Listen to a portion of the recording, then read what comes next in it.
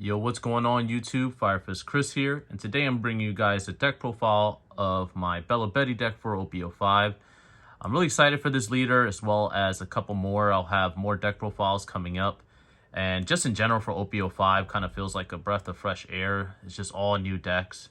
I feel like in 4.5 it kind of just ended up being the same 2 to 3 decks, and just on top of that, I don't really enjoy it. I didn't really enjoy playing Dofi or Katakuri. Or things of that sort towards the end of the 4.5. I played, Red Purple Law. I'll do an updated deck profile on that as well. But Belo is one of those decks or leaders that when I first seen it got announced, I knew I had to play it. And it really is a glass cannon type of deck. It's, it's a different style deck where it's kind of all in. It's not really relying on anything else, any other strategy, but besides build a massive board, get, multiple carousels on board to be able to minus your leader and kind of ask your opponent whether or not they have the counter or not. So I'll get straight into the deck profile. Obviously, Belo, it's the new leader for the set. It's red-yellow. Once per turn, you can trash a Revolutionary Army type card from your hand, and then up to 3 of your Revolutionary Army characters or characters with a trigger gain plus 3,000. So the whole strategy relies on kind of going very, very wide, and then all of your characters' abilities sort of get power boost when they're 7,000 or more power. This is a deck that I think it's just going to constantly get more support. It's Revolutionary Army. It's the first of its kind, and I'm just kind of excited to just go straight into the deck profile. So starting off, it's honestly a very standard list. I do have 4 Belo. It's the searcher of the deck on play. You can grab any Revolutionary Army card. Other than Belo itself. However, it's just, it's a 1-drop searcher that becomes a 5k attacker. So you do want to see this card in your opening hand. Then next, for one of honestly, the best design card, I think, in the deck is Koala, which is it's 2/3, 2k counter, and it's just a bigger Otama on play minus 3,000, which is really helpful in combination with Lindbergh, as well as Sabo if you do want to end up popping stuff. It's just a great card, honestly, in the deck. Next is Kuma. Kuma is very good because it has a trigger where it can play itself without trashing a card, which is very important in this deck because you're going to run out of cards in hand pretty fast just because you're sending cards for your leader ability, as well as when the trigger activates, a lot of cards require you to trash a card. So this being able to play itself for free, and then the effect itself is good against little blockers, or even like the Rebecca blocker for Sakazuki. It pops something with 2k power less, and then this in combination with Koala. So say if you're going your 4-Dawn turn, if they have like a 3/5, you can just play Koala, play Kuma, and it's a good play just because you're getting 2 bodies on board that are both going to be able to attack and removing a threat from their board from being able to swing back at you. So I do think that the Kuma is really good, and just being able to have a lot of, combo with the Koala as well as Fire Fist. So the next card I have is 4 Inazumas. Inazuma's the only character with Rush. So if you have a character with 7,000 or more in play, then it gains Rush. So this in combination, obviously, with Ivankov, since, they are always together. Ivankov can play this for free, and then since Ivankov is already 7, it gains Rush for free, and then you can just add Dawn. Since a lot of times you don't really need any Dawn investment, since you're just boosting all your characters by 3, so it won't be hard to be able to swing with him.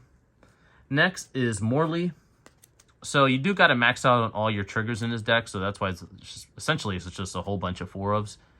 But Morley is just an unblockable when it has 7,000 and has the trigger where you can just trash 1 card from your hand and play it. Next is the heart and soul of the deck, is Ivankov. And there is a new Ivankov coming out in OP-06 that can play 1 from deck. But for this one can play from hand if it has 7,000 or more. So very useful card in the deck, just being able to cheat out another character. And things like Karasu work really well with this card because you get instant value by minusing something and then attacking big with your board. And then the next turn, you can kind of kill them with the Karasu, especially if you have multiple.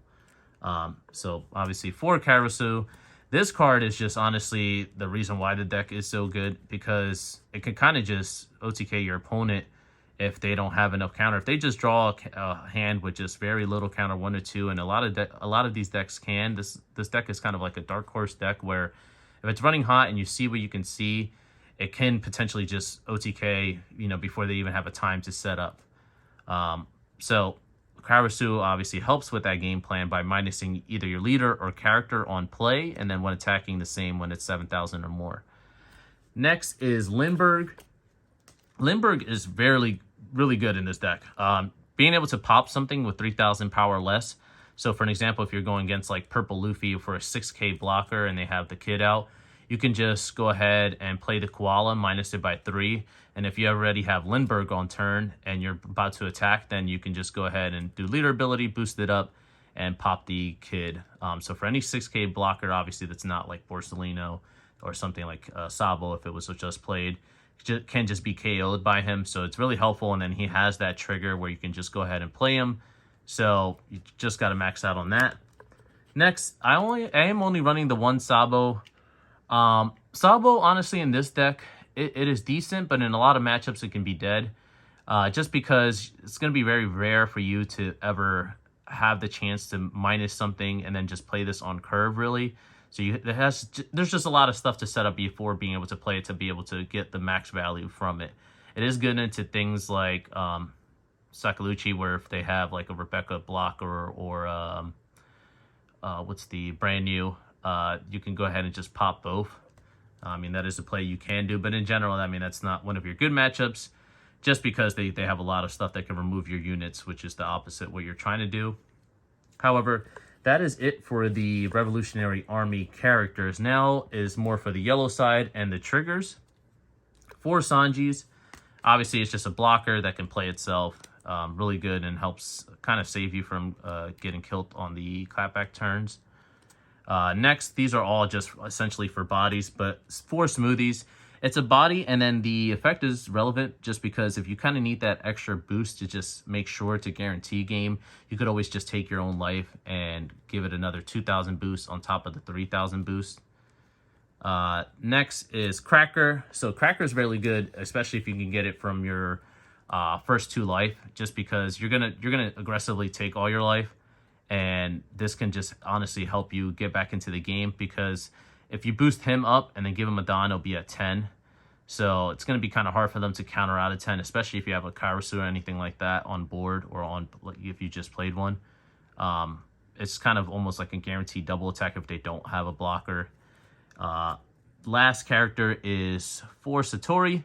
It's the new card from OP-05. It's a great card. It's a body on the field, and it's a 2k counter. So it's honestly everything that this deck would like.